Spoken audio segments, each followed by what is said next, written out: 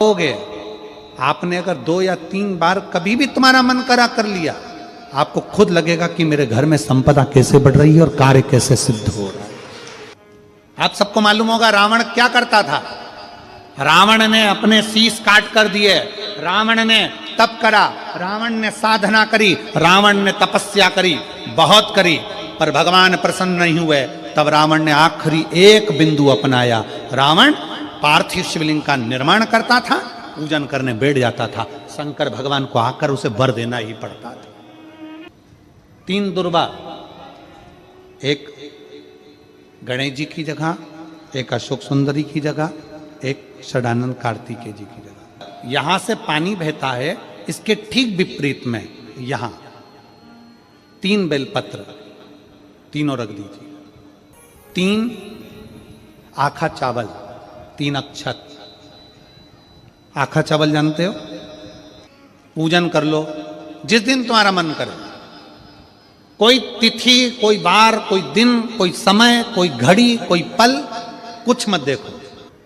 विवाह कर कर माता पार्वती जी अपने कैलाश धाम पर आई थी और माता पार्वती जी ने पहली बार भगवान शंकर के विवाह होने के बाद पहली बार पार्वती जी ने शिवलिंग का निर्माण किया। और ध्यान रखें मेरी बेटियां, ध्यान रखें मेरे बेटाएं, मेरी माताएं इस बात का ध्यान रखें, बेटियां ध्यान रखें, मेरी माताएं ध्यान रखें, मेरे भाई ध्यान रखें। जिस दिन तुम्हारा मन करे, जिस दिन तुम्हारा दिल करे, उस दिन घर में पार्थिव शिवलिंग का निर्माण कर लिया करो। जिस दिन तुम्हारा दिल कर जाए कि आज मेरा मन है मैं पार्थिव शिवलिंग बनाऊं, गमले में से मट्टी लो, खेत में से मट्टी लो, जहां से मट्टी ले सकते हो। घर के बाहर कोई गमला हो, बगीचा हो, शहरों में जमीन पर कहां मट्टी ढूंढने जाओगे? तुम्हारे जो गमले लगे रहते हैं उसमें से मट्टी ले लो, पर छोटा सा पार्थिव शिवलिंग का निर्माण।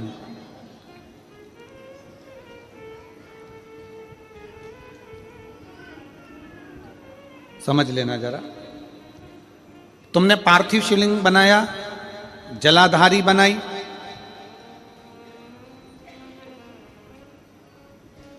पूजन कर लो जिस दिन तुम्हारा मन करे। कोई तिथि, कोई बार, कोई दिन, कोई समय, कोई घड़ी, कोई पल, कुछ मत देखो। तुमने पार्थिव शिवलिंग का निर्माण किया। 3 आखा चावल, 3 अक्षत। आखा चावल जानते हो?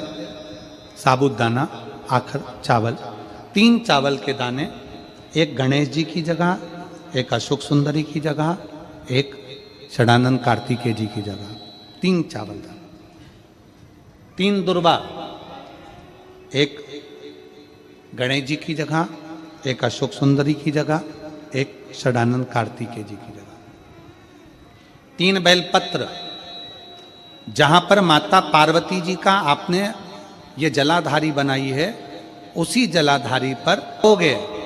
आपने अगर 2 या 3 बार कभी भी तुम्हारा मन करा कर लिया, आपको खुद लगेगा कि मेरे घर में संपदा कैसे बढ़ रही है और कार्य कैसे सिद्ध हो रहा है। यहां से पानी बहता है, इसके ठीक विपरीत में यहां 3 बेलपत्र, तीनों रख दीजिए। और छोटा सा कलश हो या बड़ा सा कलश हो, 3 लोटा जल यहां बैठकर, जहां पर आपने बेलपत्ती रखी है उसी के वहीं पर बैठकर इस शिवलिंग पर 3 लोटा जल धीरे धीरे अपने मन की कामना कर कर, बाबा आज मैं दुखी हूं, बाबा मुझे ये तकलीफ है, बाबा मेरे बच्चे ये काम में गए हैं, बाबा ऐसा है। 3 लोटा जल बाबा को धीरे धीरे अपने भाव कहकर, फिर तुम्हारे पास में जो पूजन का सामान हो वो चढ़ाकर बाबा की आरती कर कर दिया लगा दो। जब दिया ठंडा हो जाए उस शिवलिंग का विसर्जन कर दो। आप पाओ शिव आराधना में भगवान शंकर की, शिव भक्ति में भगवान शंकर की अविरल भक्ति में पार्थिव शिवलिंग का निर्माण और पार्थिव शिवलिंग की पूजन हमें बल प्रदान करती है। माता पार्वती जी ने पार्थिव शिवलिंग का निर्माण किया। शिव जी ने देखा पार्वती जी को कि पार्वती जी पार्थिव शिवलिंग का निर्माण कर रही, तो शंकर जी ने पूछा, पार्वती तेरी शादी नहीं हो रही थी इसलिए तूने पार्थिव शिवलिंग का पूजन करा, तू चाहती थी मुझसे विवाह करना चाहती थी इसलिए पार्थिव शिवलिंग का पूजन करा। अब क्या चाहती है? अब तो मैं तुझे मिल गया, अब तो मैं तुझे प्राप्त हो गया, अब तुझे क्या चाहिए? अब तुम मुझसे चाहती क्या है? पार्वती जी ने हाथ जोड़कर भोलेनाथ जी से विनय करा,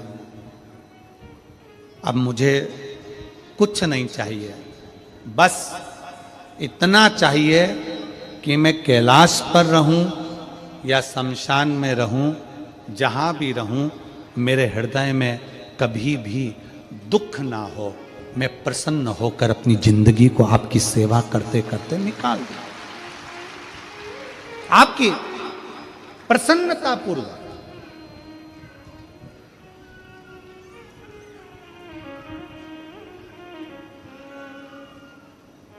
आप सबको मालूम होगा रावण क्या करता था। रावण ने अपने शीश काट कर दिए, रावण ने तप करा, रावण ने साधना करी, रावण ने तपस्या करी, बहुत करी, पर भगवान प्रसन्न नहीं हुए। तब रावण ने आखिरी एक बिंदु अपनाया। रावण पार्थिव शिवलिंग का निर्माण करता था, पूजन करने बैठ जाता था। शंकर भगवान को आकर उसे वर देना ही पड़ता था, वर देना ही पड़ता था। पार्थिव शिवलिंग के निर्माण का, पार्थिव शिवलिंग के पूजन का, पार्थिव शिवलिंग की आराधना का फल बहुत। कितने लोग हैं, आप लोगों ने बनाया कभी पार्थिव? बनाया? सावन में बनाते हो गुरुजी, है ना? ऑनलाइन जब पार्थिव शिवलिंग का निर्माण होता है तब बनाते हो, पर बीच में कभी तुम्हारा मन कर जाए, एकदम जब तुम्हारा मन हो। अब कई लोग कहते हैं गुरुजी पार्थिव लिंग का पूजन करना है तो पति पत्नी का दोनों का होना जरूरी है, शादीशुदा होना जरूरी है, या ऐसा जरूरी है या वैसा जरूरी है। शिव महापुराण की कथा कहती है बच्चे हो बच्ची हो, शादी हो गई नहीं हुई, विवाह हो गया, जैसे भी हो, आप जैसे हो वैसे पार्थिव लिंग का निर्माण करो।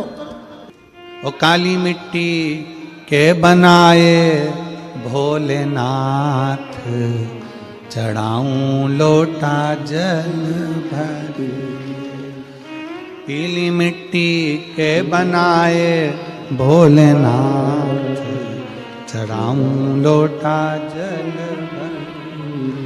बालू रेत के बनाए भोलेनाथ, चढ़ाऊं लोटा जल भर। आज तक लोगों को नहीं मालूम कि पूजन करने बैठते हैं तो सबसे पहले क्या करते हैं। पर सबसे पहला काम मंदिर में बिना पंडित के सबसे पहला काम कौन सा होता है? तो सबसे पहला काम होता है भगवान को धन्यवाद देना कि आज भी आपने मुझे इस मंदिर में आपका दीदार कराने के लिए, दर्शन कराने के लिए बोला। अगर पंडित साथ में होगा तो पहले वो मंत्र बोलेगा, स्वस्ति वाचन करेगा। स्वस्ति वाचन करने में उसको अर्थात भगवान के लिए भी प्रसन्नता और आपके लिए भी प्रसन्नता। पर आपके पास कोई ब्राह्मण नहीं, आपको कोई स्तुति नहीं आती, आपको कोई मंत्र नहीं आता, आपको कोई साधना नहीं आती, आपको कोई तप नहीं आता, पर आप इतना तो कर सकते हो कि भगवान के मंदिर में जाकर उनको धन्यवाद दे सकते हो कि तेरी कृपा है जो मुझे चलकर यहां तक बुला लिया, 2 कदम चलाया, यहां तक बुलाया, ये तेरी कृपा है। और बड़ी कृपा करी जो डलिया भर के पूजन का सामान भी लाई, बड़ी कृपा करी जो दूध भरकर भी लाई, बड़ी कृपा करी जो कलश भरकर भी लाई। कितने लोगों का फायदा है कलश भरकर मंदिर ले जाने में? देखिए जरा कितने लोगों का फायदा।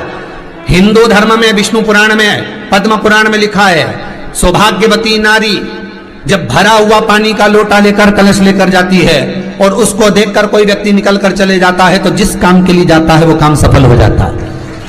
मंदिर का ही लोटा, मंदिर का ही पानी, सिर पे पल्लू लेके हर हर महादेव, बस शिव जी के चढ़ा रही और इतने प्रेम से रिझा रही। अब फ्री का पानी था तो एक लोटे में मन भी नहीं माने। अरे करा तो भगवान के सम्मुख में पहुंचकर अगर आप जल का पात्र भी लेकर जा रहे हो, भरा हुआ लेकर जा रहे हो, तो कितनी प्रसन्नता की बात है। हिंदू धर्म की रीति है, जिस पात्र को हम जल चढ़ाने लेकर जाते हैं उस पात्र में भगवान के चरणों का जल लाते हैं, खाली पात्र नहीं लाते। क्या लाते हैं? भगवान के चरणों का जल। उस चरणों तक को लेकर आए घर में रखा, सबने अपने नैनों में लगाया, हृदय में लगाया, चित्तवृत्ति में लगाया। खाली पात्र हम लेकर वापस नहीं आ रहे हैं। शिव मंदिर में जब जब जाओ, जल चढ़ाने के लिए जाओ, पात्र तुमने शंकर जी को पूरा पानी चढ़ा भी दिया, तो शंकर के चरणारविंद का थोड़ा सा जल पात्र में डाल के भले 2 बूंद लाओ, 4 बूंद लाओ, इतना सा लाओ, पर लाओ और उसको पूरे परिवार के नेत्रों में जब लेकर आए हो चरणों तक तो लगाओ। पर खाली पात्र नहीं लेकर आना। खाली पात्र लाने में ध्यान दीजिए, जब आप पूरा जल समर्पित कर देते हैं, जल समर्पित भी पूरा करना है, भगवान को चढ़ा रहे हो तो पूरा समर्पण होना चाहिए, पूर्ण समर्पण। इसलिए शंकर भगवान को अधूरा समर्पण नहीं, इसलिए श्रीफल भी पूर्ण चढ़ता है। शंकर जी के मंदिर में श्रीफल नहीं फूटता, पूर्ण श्रीफल। बेलपत्री भी पूरी, चावल का दाना भी चढ़ेगा तो आखा, फल भी चढ़ेगा तो आखा, फूल भी चढ़ेगा तो आखा।